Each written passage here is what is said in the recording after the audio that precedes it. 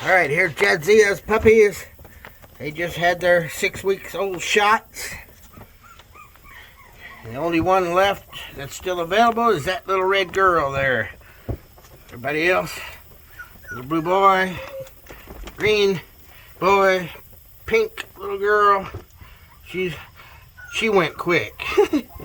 The tiny one always does. So anyway, there is.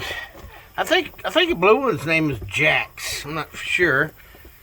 You can see their backs are wet. They just got their shot, their vaccine. Hey, earthquake. So smile for the camera. Puppies. You can see they're getting quite active right now.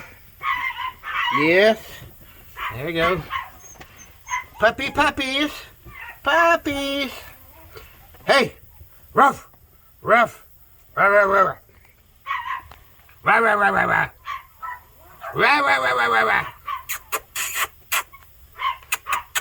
Hey, little one back there in the back. I think she's going to New Mexico. Possibly. There's Jadzia's puppies.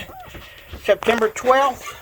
2022, and as of today's date, there's only one little red girl that's still available out of this one.